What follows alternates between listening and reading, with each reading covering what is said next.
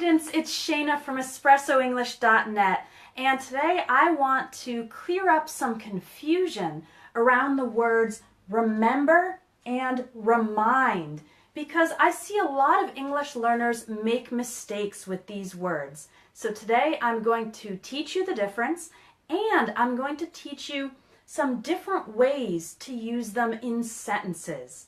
So, the difference between remember and remind. I use remember when I'm thinking about some things that happened in the past. So I remember going to the beach with my grandparents when I was a child. I remember swimming in the ocean. I remember that we used to make lunch and take it to the beach so that we could stay there all day. So these are past memories that I'm thinking about. I remember going to the beach with my grandparents as a child. Now, use remember when you yourself think about the memories, and use remind when someone else makes you think about something, or something else makes you think about something. For example, the dentist recently called me to remind me that I have a dentist appointment on Friday. So I wasn't thinking about it myself, but the dentist reminded me. The dentist made me think about my appointment. Okay? Or I could hear a song on the radio and say, this song reminds me of my first boyfriend because he really liked that song. So I wasn't thinking about him, but the song reminded me. The song made me think about him. All right? So that's the important difference. Use remember when you think about memories yourself, and use remind when someone or something else makes you think about those memories. So now let's learn some different ways to use these words in a sentence. We can remember a noun. So if people are talking about a game they used to play when they were children, you could say, oh yeah, I remember that game. Game is a noun, so I remember that game. We can also use remember plus that and a subject and verb. So in thinking about my first grade teacher, I remember that she had brown hair, and I remember that she always tried to make class fun. So that's remember plus that and then a subject and verb. Actually, some native English speakers don't even say that. They would just say, I remember she had brown hair. I remember she always tried to make class fun. So it's possible to eliminate the word that and just use remember with the subject and verb. Now, if we have a verb immediately after the word remember, there are two possibilities. We can use remember plus the ing form of the verb to talk about remembering past actions in general. So like I said earlier, I remember going to the beach. I remember swimming in the ocean. I remember playing in the sand. I'm thinking about these past actions, and so I use I remember plus the ing form of the verb. It's also possible to use remember to. And we usually use remember to when talking about a task.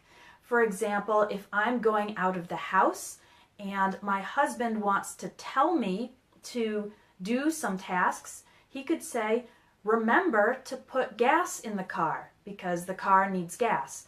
That's a task I need to do. So he would say, remember to put gas in the car, or remember to go to the post office and mail the letter. So whenever we have a task that we need to remember and not forget, then we remember to do the task. But when talking about memories of past actions in general, then we use remember plus ing. I remember swimming in the ocean when I was younger. Let's look at some sentences with remind. So the word remind is always followed by a person.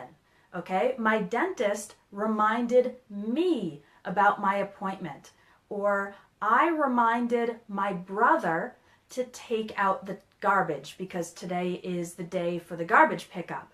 Or I reminded my students to do their homework. Okay? So these are all examples of remind. Remind is always followed by a person. And then after that, we can have these structures. You can remind someone that. So my dentist reminded me that I have an appointment. Or I reminded my husband that the car needs gas. Something can also remind you of someone or something else. So those were the examples of this song reminds me of my boyfriend. Or this food reminds me of my grandmother. After of, we have a noun. I could also say I read an article recently and the article reminded me of a book that I read in the past. Okay, so you can remind someone of a noun. And when we have a task, then remind the person to do the task.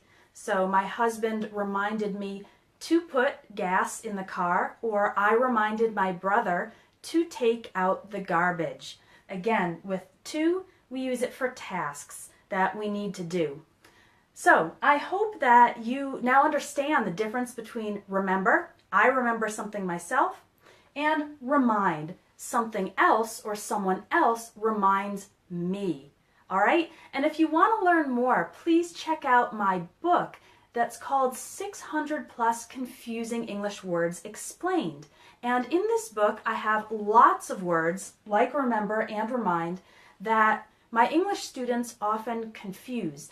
And in the book, I really explain everything with lots of examples, and I try to make it extremely clear so that you can understand the difference and use the words more confidently so that you won't be afraid of making mistakes with them.